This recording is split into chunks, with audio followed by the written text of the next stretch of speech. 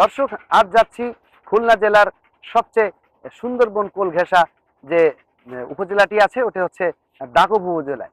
এই দাকব উপজেলায় এই জীব বৈচিত্র্য এত সুন্দর এবং দৃষ্টিনন্দন, যেটা সুন্দরবন কোল ঘেঁষে এক পাশে পশুর নদী আর এক পাশে সুন্দরবন। এই অনন্য সুন্দর নিদর্শন দেখাতে এবং এখানকার ঐতিহ্য ইতিহাস, পাশাপাশি ভ্রমণ পিপাসু যারা আছেন, পর্যটক যারা এখানে বেড়াতে আসবেন, তাদের জন্য অসাধারণ একটি জায়গায়, সেই জায়গায় আপনাদেরকে আজকে নিয়ে যাব। চলুন আমার সাথে দাকবে।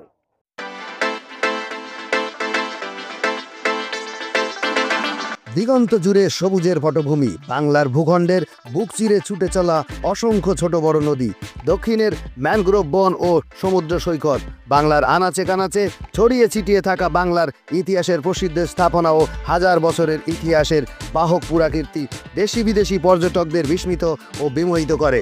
তেমনই এক পর্যটন অঞ্চলের দিকে যাচ্ছি আজ। বন্ধুরা, আমি আপনাদের নিয়ে যাব খুলনা জেলার দাকব উপজেলায়, জানাবো পুরাতন এই অঞ্চলের ইতিহাস ঐতিহ্য। দাকব উপজেলা পশুর নদীর পাড়ে অবস্থিত বাংলাদেশের খুলনা জেলার একটি প্রশাসনিক এলাকা। দাকবের প্রশাসনিক অঞ্চল চালনায় অবস্থিত। দাকবের সাথে খুলনার বটিয়াঘাটা উপজেলা, পাইকগাছা উপজেলা এবং বাগেরহাটের মংলা উপজেলার সীমানা রয়েছে।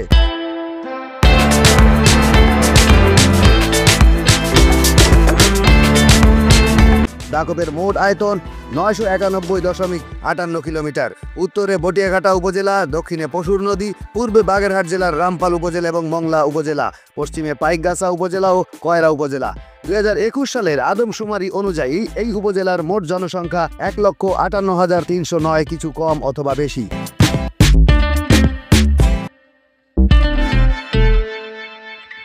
এখানে হিন্দু ধর্মের অনুসারী 70.56%, মুসলিম 24.92% এবং খ্রিস্টান 4.52%।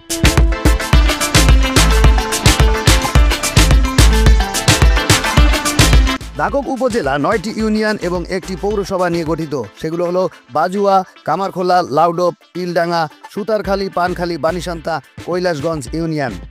দাকব উপজেলার একমাত্র পৌরসভাটি হলো চালনা পৌরসভা। ব্রিটিশ শাসনামলে চালনা বন্দর হিসেবে ব্যবহার হতো, পরবর্তীতে মংলাকে বন্দর হিসেবে ব্যবহার করা হয়।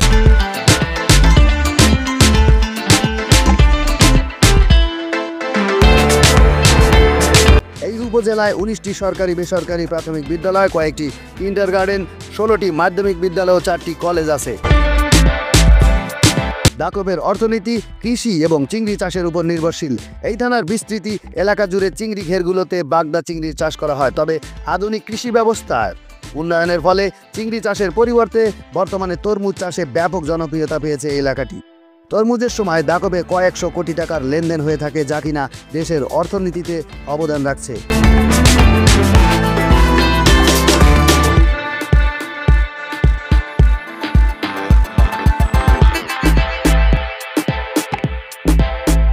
বন্ধুরা, আমরা এখন যেখানে রয়েছি এটা হচ্ছে পোদ্দারগঞ্জ ফেরিঘাট।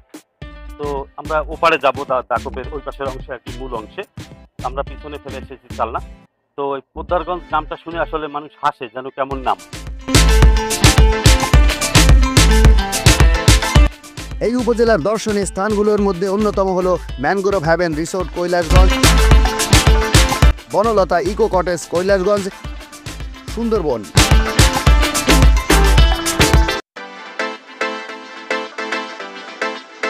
কলাবগি ইকো ট্যুরিজম কেন্দ্র, শেখেরটেক ইকো ট্যুরিজম ও কলাবগি ঝুলন্ত পাড়া।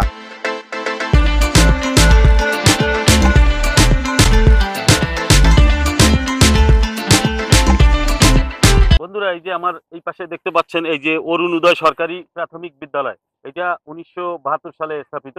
আর যে জিনিসটা দেখাতে আমি চাচ্ছি মূলত, এই যে আমার পিছনে এই যে পানির ট্যাঙ্কি দেখতেছেন আর কি, সরকারি প্রচুর ট্যাঙ্ক দেখা যাচ্ছে। এই অঞ্চলটা আসলে বন এলাকা, তো মানে এই যে সম্পূর্ণ নোনা এলাকা, এখানে বর্ষার পানি ছাড়া আর দ্বিতীয় পানির কোনো উৎস নাই।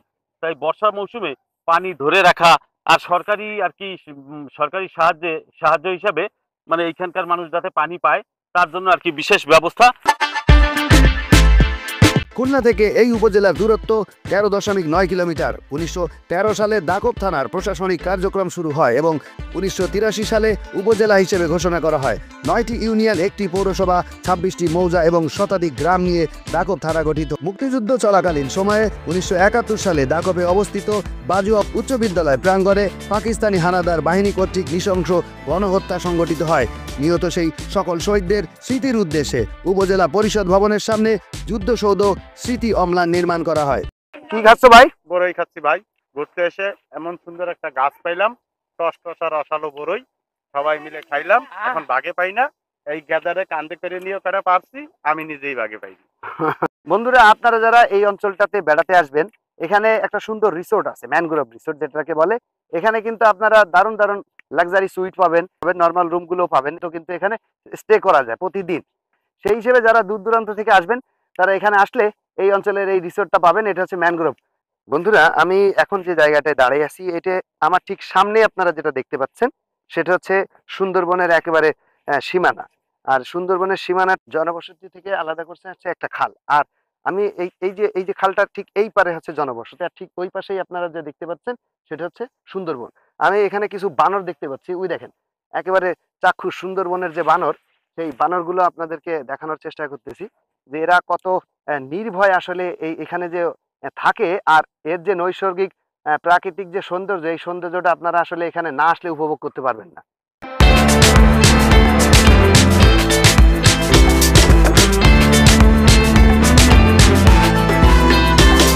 চারপাশের গাছগাছালিতে ভরপুর, উপরে টিনের চাল আর চারিদিকে মাটির দেয়াল ঘর। এমন মনোরম দৃশ্য গ্রামে সচরাচর এখন আর চোখে পড়ে না। ঐতিহ্যের এই অংশটি ধীরে ধীরে স্থান পাচ্ছে স্মৃতির পাতায়। একসময় গ্রামের প্রতিটি বাড়িতেই ছিল মাটির ঘর, কিন্তু ইট পাথরের দালানের ভিড়ে তা দিন দিন হারিয়ে যাচ্ছে। এই উপজেলার গ্রামগুলোতে গত কয়েক বছর আগেও নজরে পড়তো মাটির ঘর বাড়ি, তবে এখন আধুনিকতার ছোঁয়ায় বিলুপ্তির পথে গ্রাম বাংলার এসব মাটির ঘর। রুচির পরিবর্তন, পারিবারিক নিরাপত্তা ও অর্থনৈতিক সচ্ছলতার কারণে এখন আর কেউ মাটির ঘরে থাকতে চান না। প্রকৃতির নির্মল ছোঁয়া, গাছের ছায়াময় পরিবেশ আর নদী চিংড়ির ঘের, পাশাপাশি সুন্দরবনের অপরূপ দৃশ্য মানুষের মনে জাগিয়ে তোলে গ্রামীণ জীবনের এক অমলিন আনন্দ। পর্যটকদের মনে এনে দেয় এক অন্যরকম অনুভূতি। গ্রামের এই সৌন্দর্য এখানকার মানুষের পারস্পরিক আনন্দ ভাগাভাগি আর নতুন জায়গা ঘুরে দেখার অভিজ্ঞতাকে স্মরণীয় করে তোলে।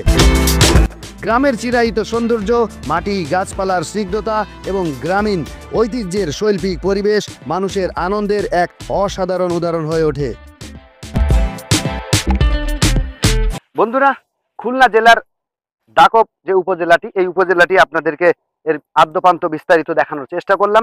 এবং সুন্দরবনের জীব বৈচিত্র্য, প্রকৃতি আরো ভালোভাবে দেখতে চাইলে এত বড় একটা সুন্দরবন এই ছোট্ট সময় দেখানো সম্ভব না। তো আমি শরীফুল ইসলাম দাকব থেকে বিদায় নিচ্ছি। নতুন কোনো ভিডিও নিয়ে আবারও আপনাদের সামনে হাজির হব। সে পর্যন্ত ভালো থাকবেন, সুস্থ থাকবেন। আল্লাহ হাফেজ।